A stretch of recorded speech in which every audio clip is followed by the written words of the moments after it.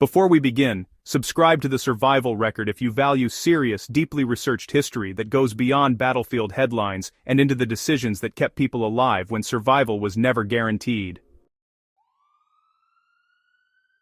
When most people think about survival in the Second World War, they picture dramatic escapes, last stands, or iconic battlefield maneuvers. What rarely gets discussed is how much of wartime survival depended on quiet, disciplined habits, techniques so effective that militaries actively suppressed details about them. These were not cinematic heroics, they were low-visibility adjustments in routine: how to stay warm without fire, how to eat without smoke, how to disappear in plain sight, how to drink from contaminated terrain without dying weeks later. Many of these practices were classified not because they were glamorous, but because they worked. Tonight, we're looking at 11 survival methods used in World War II that were deliberately kept quiet, techniques that shaped later military doctrine and still influence modern survival training.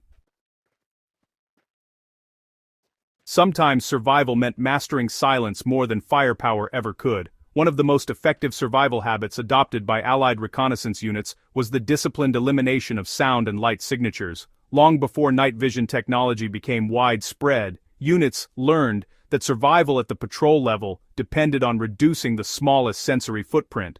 British and American reconnaissance troops in Europe were trained to media group, British and American WWII stun reconnaissance troops preparing for night patrol, soldiers receiving nighttime instructions, a stock to distribute equally, wrap metal equipment in cloth to prevent clanking, adjust bootlaces so eyelets wouldn't tap together, and cover luminous watch faces with tape. The smallest reflection from a cigarette ember or compass glass could draw artillery fire or sniper attention. In the Pacific, patrols under figures like Walter Kruger emphasized light discipline so strictly that soldiers were punished for unauthorized smoking. Fire, even for warmth, was often forbidden in forward positions. Survival depended on accepting discomfort to avoid detection. Modern special operations doctrine still reflects this lesson. Invisibility often preserves life more effectively than aggression. Cold weather survival was less about heroics and more about moisture control. The Eastern Front forced survival innovation under catastrophic conditions. German and Soviet troops alike discovered that frostbite and trenchfoot killed as reliably as artillery. During the German invasion under Operation Barbarossa, soldiers were initially issued uniforms designed for rapid campaigns, not prolonged winter warfare. Soviet troops, accustomed to harsher winters, emphasized layering and constant foot rotation. Men were ordered to change socks even in subzero conditions, drying the damp pair under clothing to prevent freezing. The trick was not simply staying warm, it was staying dry. Moisture trapped in boots became lethal within hours. Later, United States Army cold weather doctrine adopted strict sock discipline and vapor barrier systems as standard practice, directly informed by these failures and observations. The lesson endures. In cold environments, water management is survival management. Prisoners of war survived by building hidden economies inside the camps. In camps administered by Nazi Germany, particularly those holding Western Allied officers, survival increasingly depended on resource networks built from Red Cross parcels. Within camps like Stalag Luft III, prisoners developed barter systems using chocolate, cigarettes, and powdered milk. More importantly, they learned to repurpose materials with remarkable efficiency. Tin cans became stoves. Bedboards became tunnel supports. Clothing was restitched into layered insulation. These adaptations were not spontaneous. They were coordinated and often concealed from guards. The ability to build microeconomies inside captivity improved caloric distribution and reduced illness. The knowledge of these internal systems was suppressed because it exposed vulnerabilities in camp control. Survival here was organizational, not individual. Jungle warfare forced soldiers to relearn how to drink safely. In the Pacific Theater, dehydration and disease killed in numbers rivaling combat. Units fighting in places like New Guinea faced swamps, parasites, and water sources contaminated by decay. American and Australian troops were trained to treat water with halazone tablets and to dig seepage pits near riverbanks rather than drink directly from flowing water. The sand filtered sediments, reducing pathogen load before chemical treatment.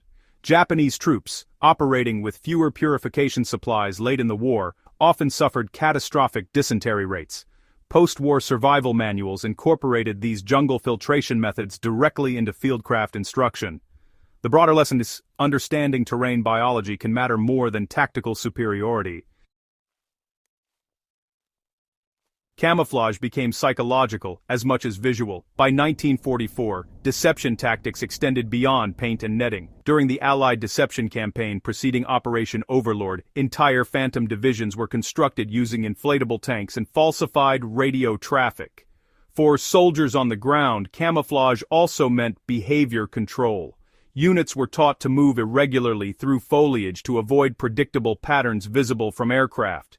Tracks were brushed out. Latrine placement was rotated to avoid aerial detection. Survival increasingly depended on denying the enemy information. Modern doctrine of operational security traces directly to these practices.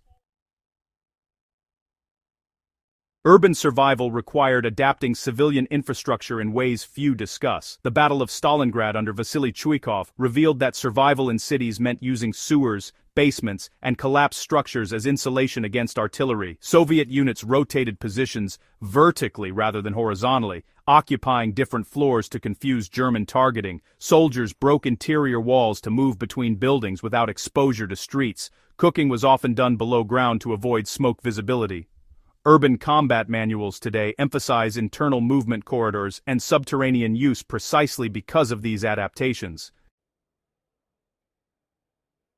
Naval survival often depended on understanding oil and fire behavior at sea. When ships were torpedoed in the Atlantic and Pacific, survival required knowledge rarely discussed publicly. Oil slicks could ignite, but not always. Sailors were instructed to swim underwater briefly when surfacing through debris fields, avoiding burning patches. U.S. Navy training evolved rapidly after early war losses in the Atlantic convoys. Life raft discipline, staying clustered to reduce shark attraction and improve rescue visibility, became standardized. Experiences from battles such as those involving the Battle of the Atlantic shaped modern maritime survival instruction. Starvation resistance depended on ration discipline more than abundance. In encirclements like the Siege of Leningrad, survival hinged on precise ration control. Civilians and soldiers alike were issued bread measured in grams. What proved critical was not merely calorie intake,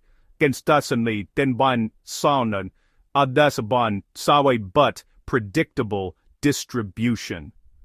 Bodies endure scarcity better when intake is consistent. Black market trading sometimes disrupted this balance, worsening outcomes. Post-war famine research and military ration planning drew heavily from these grim data sets. Improvised medical care extended life far beyond expected limits. Field medics on all sides developed techniques under supply shortages that later influenced trauma care. Sulfa drugs, when available, were applied aggressively to prevent infection. When unavailable, wounds were cleaned repeatedly with boiled water and alcohol substitutes. In Pacific and European theaters alike, medics learned that rapid evacuation, even without advanced facilities, dramatically improved survival rates. These lessons shaped the development of modern forward surgical teams. Evasion training quietly rewrote how downed airmen survived behind enemy lines. Pilots shot down over occupied Europe were issued silk maps and compasses hidden in uniform linings. The British MI9 escape organization coordinated civilian resistance networks to move airmen across borders. Air crew were trained to avoid obvious rail lines and instead follow drainage systems and hedgerows, natural guides less likely to be patrolled. The operational secrecy surrounding these routes was intense. Modern CRE training, survival, evasion, resistance, escape, traces directly to these programs. Even something as simple as footwear maintenance became classified knowledge. In desert campaigns in North Africa, British troops under commanders like Bernard Montgomery emphasized sand management inside boots. Fine desert sand created blisters that quickly infected. Troops were instructed to remove boots at specific intervals, shake out sand, and apply grease to reduce friction. The routine was mundane but life-saving. Small habits prevented incapacitation, and incapacitation in combat zones often meant death. In the end, survival was a discipline of small decisions made daily. World War II did not simply produce larger armies and more destructive weapons, it refined the science of staying alive under sustained stress. Many of the techniques we've discussed were deliberately muted after the war, not erased, but folded quietly into doctrine, because their power lay in their subtlety. Survival was rarely dramatic, it was procedural. It was the decision not to light a match, the insistence on dry socks, the patience to filter water, the discipline to ration fairly, the willingness to move through a wall instead of a doorway. These lessons still matter. Modern military training, wilderness survival education, and disaster preparedness planning all carry traces of adaptations forged between 1939 and 1945. Understanding them deepens our understanding of the war itself, not just as a contest of armies, but as a prolonged test of human endurance and systems under pressure. If you value serious historical analysis that examines what often goes unspoken, subscribe to the Survival Record. Share this video with others who appreciate history not as spectacle, but as instruction.